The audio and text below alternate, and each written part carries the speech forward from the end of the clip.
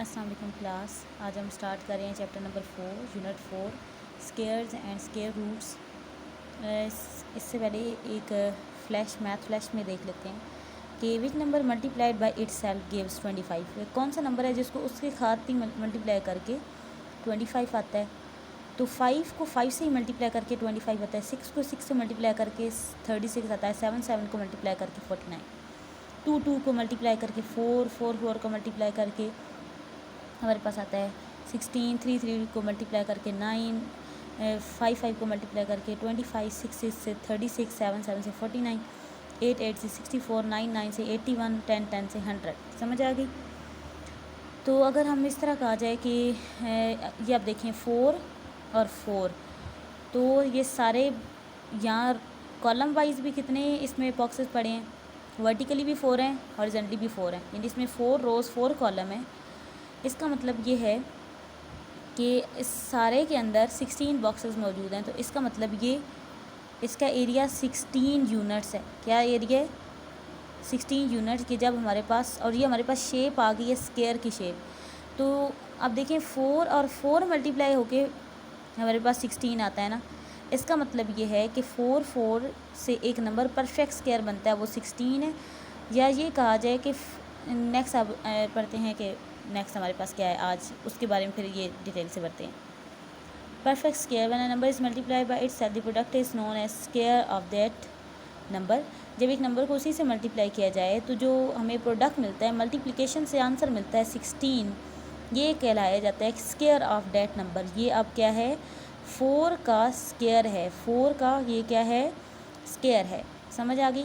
A perfect square can be express as a product of two integers of equal value. तो ये जो 16 हमारे पास आया है, ये अब परफेक्ट स्क्वायर आ गया है। ये कैसे प्रेजेंट किया जा सकता है, एक्सप्रेस कैसे किया जाता है? It is the express as the product of two integers of same value. Same value का मीन वो सेम नंबर होने चाहिए। समझ आ गई। नेक्स्ट जो आपके पेज पे डेफिनेशन है स्क्वायर रूट की definition. A number that forms a square when multiply by itself is called the square root of the product. कि अब हमारे पास अगर आया है ना 49, अब ये 49 क्या था? इटसेल्फ परफेक्ट स्क्वायर था। तो 49 इज़ अ स्क्वायर ऑफ 7, क्योंकि 49 के लिए हम स्क्वायर ऑफ 7 करते हैं। इट्स मीन 7 मल्टीप्लाई 7 करते हैं। ठीक है। अब ये स्क्वायर ऑफ 7 था ना, इट्स मीन ये 7 क्या कहलाएगा? इस 49 का रूट। तो यहाँ पे रूट के लिए ये थर्ड वाली ये डेफिनेशन आ रही है। अ number that forms a square when multiplied by itself is called square of the product. कि ये जो 7 है प्रोडक्ट हमें मिला है 49, जो आंसर मिला हुआ है। तो 7 स्क्वायर रूट है 49 का, क्योंकि 7 अपने आप से मल्टीप्लाई होके ये वाला नंबर बनाता था। समझ आ गई। The number that forms a square, एक नंबर जो स्क्वायर बनाता है, when multiplied by itself is called the square root of the. एक नंबर जो 7 49 बनाता था, इसको खुद से ही मल्टीप्लाई किया गया था, तब इसने 49 बनाया था। तो ये 7 इस 49 का स्क्वायर रूट बोला जाएगा। समझ आ गई। तो positive square root is express with the symbol, ये वाली नोटेशन यूज़ होती है। देयरफॉर स्क्वायर रूट ऑफ 49 जब लेंगे ना, तो ये 7 आंसर आएगा। इस तरह कि 49 था ना ये वाला, इसको मैं लिख सकती थी 7 मल्टीप्लाई 7। तो ये 7 जो है नेक्स्ट हमारे पास 7 स्क्वायर लिखा जाएगा, क्योंकि 2 टाइम्स 7 है। तो ये स्क्वायर और रूट कैंसिल हो जाते हैं, तो आंसर हमारे पास 7 आ जाता है। क्या आ जाता है? 7। तो स्क्वायर रूट ऑफ 49 हमारे पास क्या आ गया? 7। इसको सॉल्व किया 7, ये फैक्टर मेथड होता है इसका, जिससे हम सॉल्व करते हैं। अब नेक्स्ट हमारे पास जो फर्स्ट 10 परफेक्ट स्क्वायर हैं, वो 1 से 100 तक, वो 1, 4, 9, 16, 25, 36, 49, 64, 81 और 100 है। समझ आ गई। इस तरह ये 1 इज़ 1 होता है। तो इसी तरह -1 मल्टीप्लाई -1 भी क्या होता है? 1 होता है, क्योंकि माइनस माइनस क्या बना देते हैं? प्लस, जो हम शो नहीं करते। सर -2 मल्टीप्लाई -2 4, 2 2 ज़ार 4, 5 5 ज़ार 25। तो -i मल्टीप्लाई -i भी 25 होता है। यानी एक नंबर पॉजिटिव हो या नेगेटिव हो, जब वो खुद के साथ ही मल्टीप्लाई होता है तो वो 25 बनाता है। समझ आ गई। अल्टरनेट साइन नहीं चाहिए होते, हमें सेम साइन चाहिए होते हैं। जैसे यहाँ पे इन दोनों के साथ इस वक्त पॉजिटिव पॉजिटिव है, यहाँ पे ये पॉजिटिव पॉजिटिव है।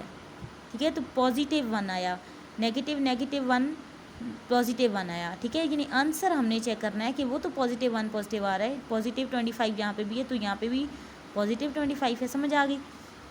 ये इस बॉक्स में हमें 1 से 100 परफेक्ट स्केयर ग्रीन कलर में नज़र आ रहे हैं। अब नेक्स्ट पेज पे है कि परफेक्ट स्केयर की पहचान कैसे होती है। इनके यूनिट डिजिट पे 0, 1, 4, 5, 6, 9 ये डिजिट अगर मौजूद हो तो वो नंबर एक परफेक्ट स्केयर कहलाता है। अब एक नंबर का हम स्केयर रूट किस तरह फाइंड कर सकते हैं। पहले हमें रिकग्नाइजेशन कैसे होगी कि वो नंबर परफेक्ट स्केयर है भी नहीं।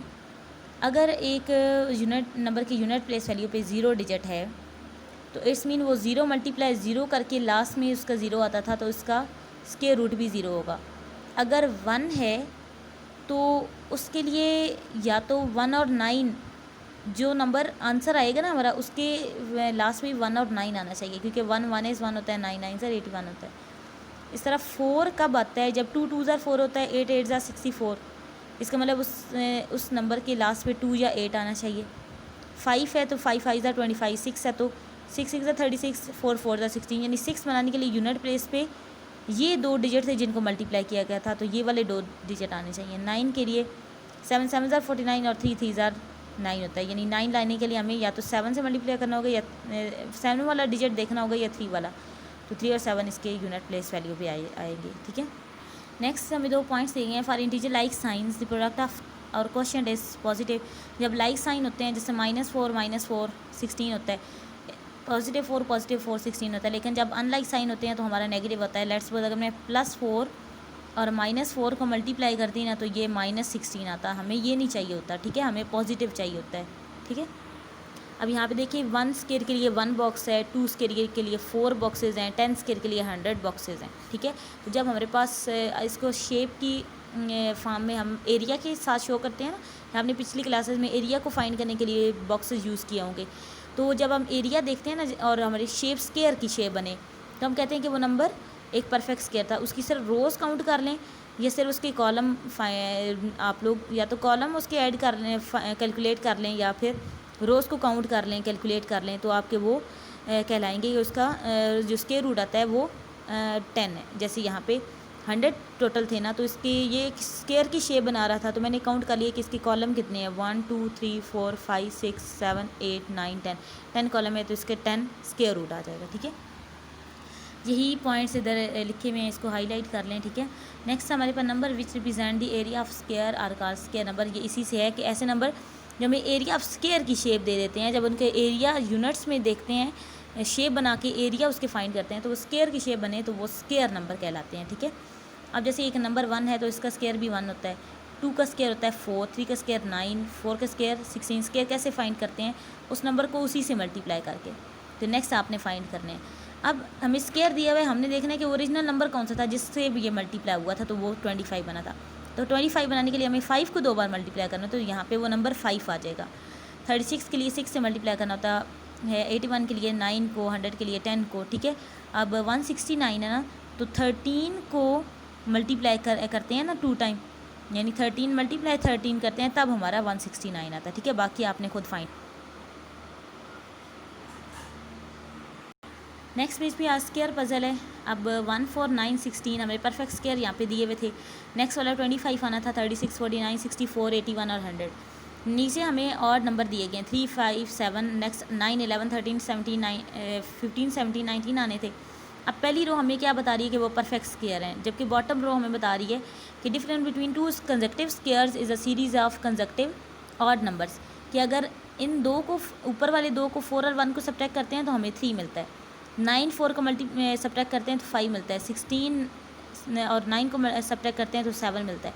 25 16 को सब्ट्रैक्ट करते हैं तो 9 मिलता है। ठीक है, तो दो कंसेक्टिव अगर हम स्केयर नंबर्स को सब्ट्रैक्ट करते हैं तो हमें एक ऑड नंबर मिलता है, तो ऑड नंबर की भी एक सीरीज बन जाती है, फिर पूरी सीरीज़ बन जाती है, एक पूरी रो हमारी आगे कंसेक्टिव चलती जा रही है। Every positive integer has 2 square root, 1 positive root and 1 negative root. हर एक पॉजिटिव इंटीजर के 2 रूट होते हैं, एक पॉजिटिव रूट है, एक नेगेटिव रूट है। जैसे यहाँ पे हमारे पास 16 के लिए पॉजिटिव रूट 4 4 से भी आ रहे थे और -4 से भी आ रहे थे, तो इसका पॉजिटिव 4 और नेगेटिव 4 हमारे पास आ गया, उसका स्केयर रूट आ गया।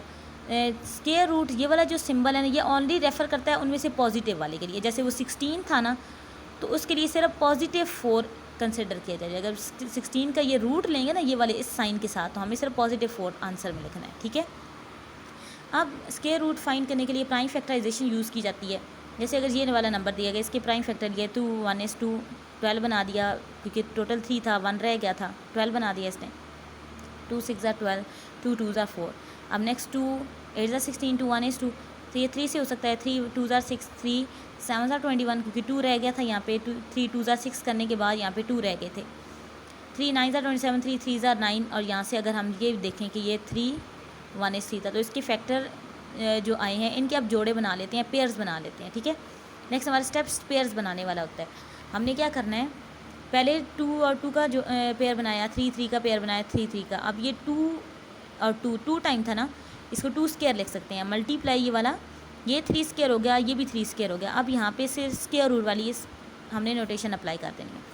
अब ये जो स्क्वायर रूट होते हैं ये स्क्वायर से कैंसिल हो जाते हैं। स्क्वायर जो उस नंबर के ऊपर छोटा सा 2 नहीं लिखा हुआ, वो स्क्वायर होता है, और ये जो ऊपर पूरी नोटेशन है ये स्क्वायर रूट है। तो 2 यानी स्क्वायर और स्क्वायर रूट आपस में कैंसिल आउट होते हैं, तो अंदर सिर्फ अब 2 रह गया, यहाँ से 3 रह गया, और यहाँ से भी 3 3 3 9 9 2 18। तो इस नंबर का फाइनली हमारे पास स्क्वायर रूट आ गया 18, यानी 18 को 2 से मल्टीप्लाई किया गया था ना, तो 324 आया था। समझ आ गई।